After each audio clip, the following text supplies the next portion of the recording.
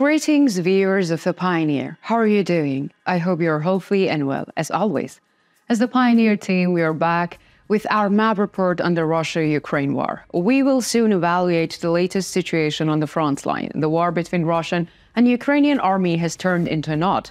Both armies' units are looking for an opportunity to advance. The Russian army is facing a defensive barrier set up by the Ukrainian army. The Ukrainian army is waiting for the right time for another attack. So, what is the latest situation on the front line? Let's take a look at the developments together. As the Pioneer team, we continue to bring the Russia-Ukraine war to your screens. Don't forget to subscribe to our channel and turn on notifications so as not to miss our daily map report and report on the agenda. You can also support me and my hardworking team by using the super thanks button below the videos. Let's start if you are ready. The Pioneer reports. Let's start with the latest situation on the Kherson front line. First of all, let's say this. The situation in the region is quite stable. We have emphasized this point in our previous reports. Ukrainian Marines are struggling with their presence here only to wear down the Russian army. And they have largely succeeded in this. According to the latest reports, there were again furious counter-battles in Krynki on the Kherson front line. However, there is no results. Neither side has been able to expand its holdings. Another point is Antoniivka. Here too, the Russian army does not want Ukrainian troops to hold on. The Dnipro River delta has turned into a swamp for the Russian army. There is intense pressure from the artillery units of the Ukrainian armed forces on the retreat routes. Of course, this situation leads to an increase in the losses of the Russian army.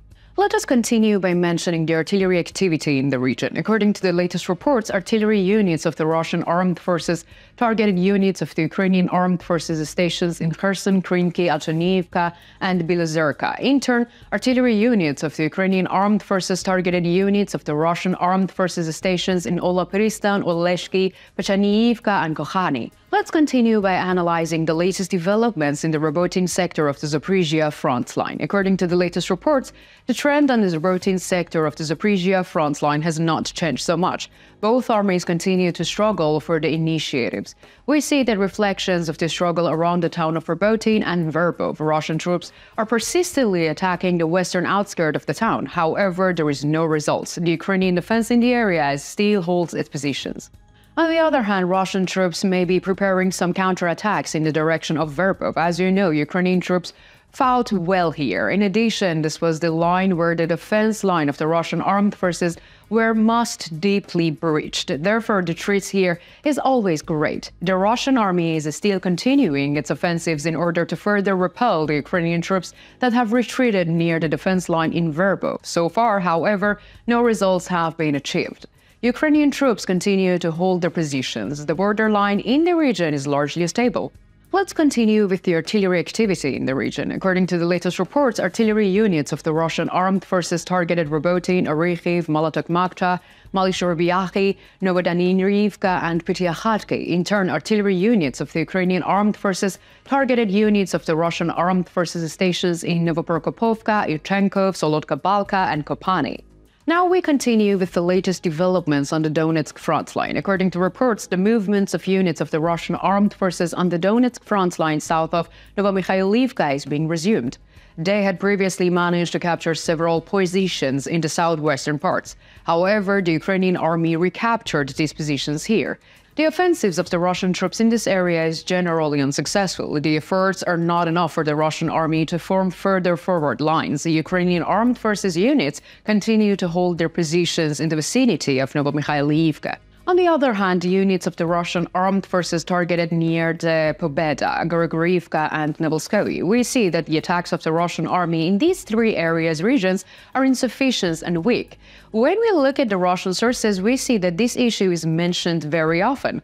There are especially weak attacks in these three regions. However, this casualty rate in this region is quite high. Therefore, Russian sources are also trying to understand the attacks here, but we don't think they will understand for a long time.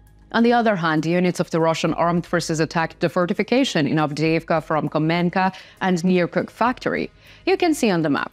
Near the Avdiivka area is always surrendered by the Russian army. Despite this, Russian troops cannot capture this area because the fortifications in this area are quite strong. Ukrainian troops continue to defend the area, which is under the fire from the three fronts.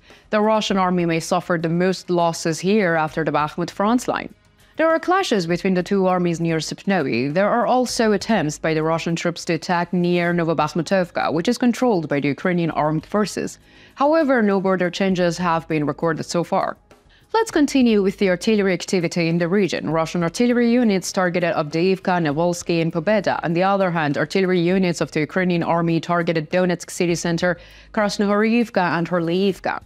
We continue with the Bakhmut front line. We will talk about the dominant hills again, because the focal points of the conflict was the dominant hills. The Russian army is trying to break the Ukrainian army's defense line by capturing the dominant hills. This is a great advantage for the defense side.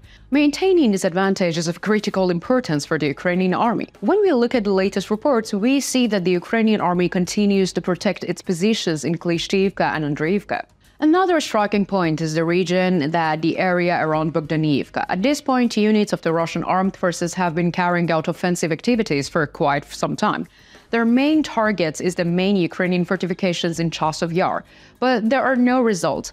So far, there has been no breakthrough in the Ukrainian defense line. The demarcation line in the area is largely stable.